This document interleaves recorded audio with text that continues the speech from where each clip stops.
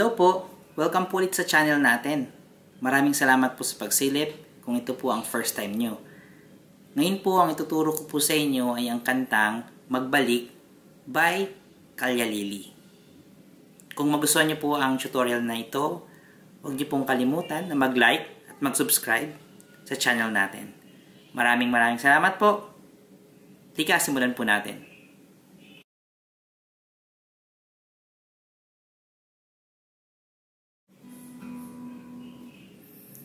Ang tuning po natin sa kantang Magbalik ay standard tuning.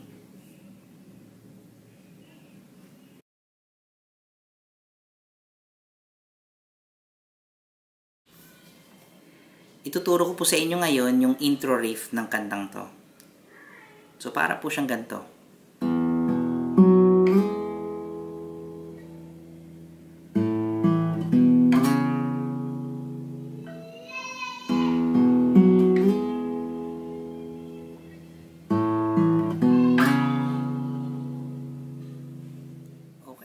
Para po magawa natin to, ang gagawin po natin ay nalagay po natin tong index natin dito sa 2nd fret, 5th string. Tapos yung pinky natin, lalagay natin siya dito sa 4th fret, 4th string. So para po siyang power chord ng B. Okay, so ang gagawin po natin, 6th string, 5th string, and then 4th string. Tapos i-slide po natin yung pinky natin papunta rito sa 6th fret. So, para po siyang ganito. Okay? So, yung susunod po natin, lalagay po natin yung index natin dito sa 2nd fret, 4th string. So, para siyang A. Nandito siya sa A na. So, ang titipayin po natin dito ay 5th string, and then 4th string. Tapos po, ilalagay natin itong index natin. Switch naman siya rito sa 5th string, 2nd fret. And then slide. Dito po sa 4th fret. So, para po siyang ganito.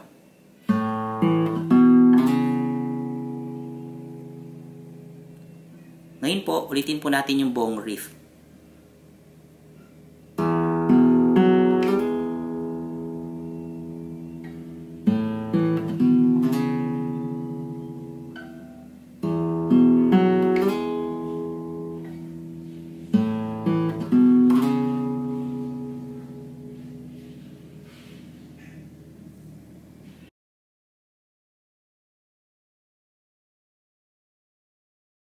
Ang intro po natin dito, ang chords po ay E,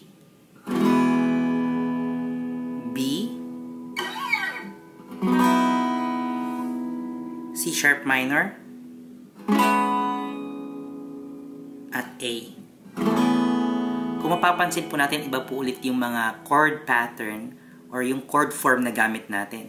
So sa kantang to, madalas pong ginagamit ni Kian dito yung E form ng mga chords. So, from E, standard E natin, same po yung form. Ililipat lang po natin siya dito sa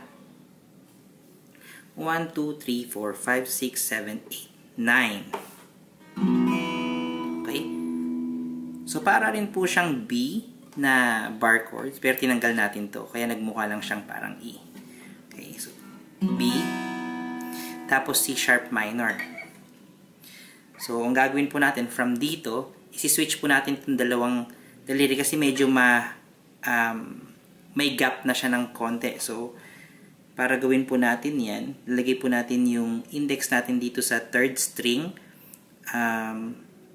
9th fret, tapos 11th fret, yung ring finger natin dito po sa 5th string, tapos yung pinky po natin, ilalagay po natin sa 11th fret, 4th string. Ganyan po ang tunog niya. So, para po siyang C sharp minor na bar chords dito. Ganyan. Pero, ang kukunin lang po natin is yung E form niya. And then A po. So, E form pa rin. Ilalagay lang natin siya rito sa 7. So, 7th fret. So, para siyang A na bar chord na ganyan. Tatanggalin lang natin to. So, ganyan.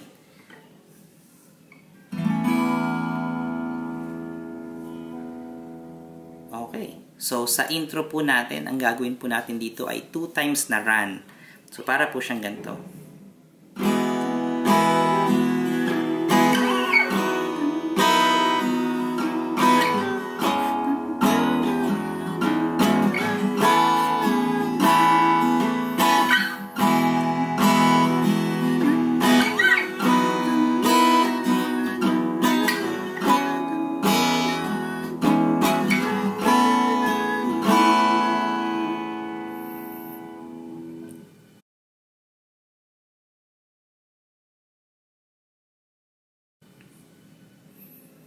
Okay, so sa verse po natin, ang chords po natin dito ay parehas lang rin po ng intro. So, E, B, C sharp minor, tapos A.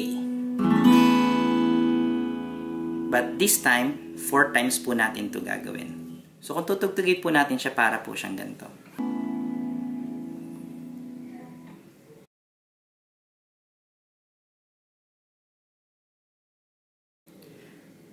Sa refrain po natin, ang chords po natin dito ay F sharp minor,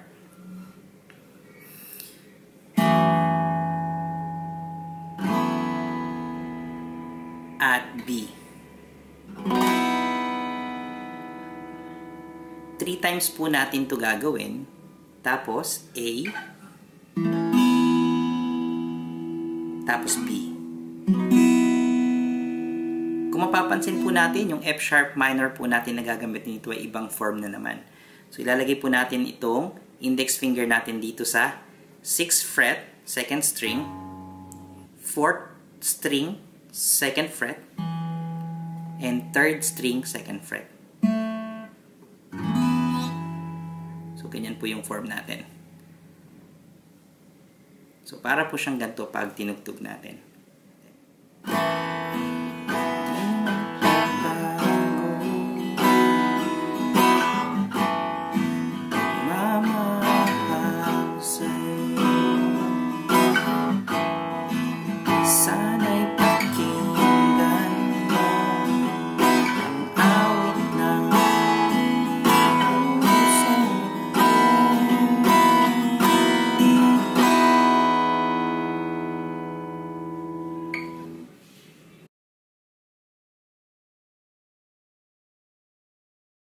Ang chords po natin dito ay E, B, C sharp minor, at saka A. This time, 2 times naman po. So, para lang siyang intro natin. So, pag kinanta po natin to, para po siyang ganito.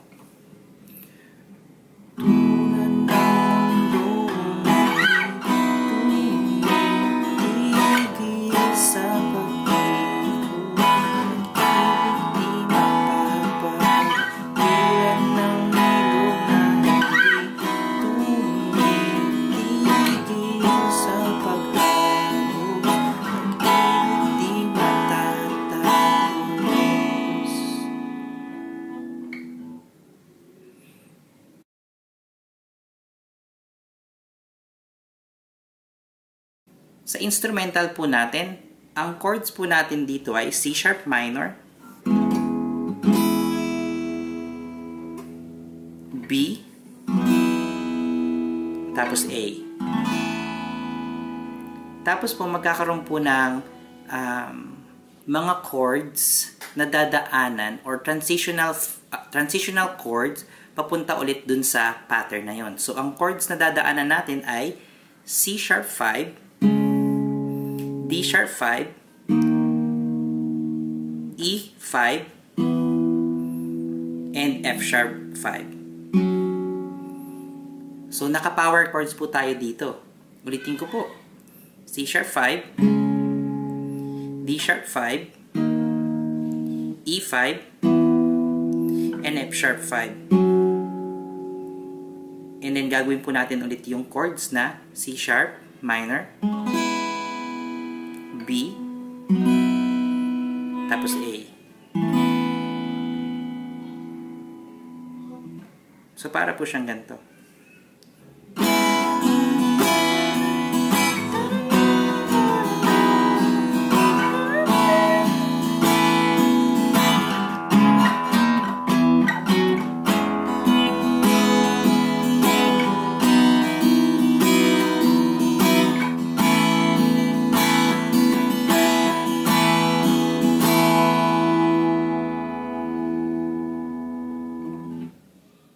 So yun po yung kantang Magbalik by Kalya Lily. I hope po na nagustuhan nyo ang tutorial natin na to.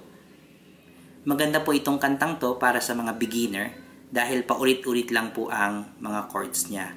Although may mga challenging na bagong form tayong matututunan, maganda rin po na dagdag po natin yan sa kaalaman natin. Maraming salamat po sa pagsama sa akin ngayon. At kung meron po kayong mga katanungan at meron po kayong mga suggestion, huwag niyo pong kakalimutan na pwede po tayong mag-iwan ng comment sa comment section below. Huwag niyo pong kakalimutan na i-hit ang bell button para po maging updated po kayo sa mga bago nating lalabas na mga guitar tutorial. Wala pong imposible kung patuloy po tayo magpa-practice, pakikinggan ng kantang to, at panigurado po matutugtog niyo po itong kantang Magbalik by Kalya Lily. Huwag niyo rin pong kakalimutan na mag-like at syempre mag-subscribe. Muli po, kita-kits po ulit tayo next time.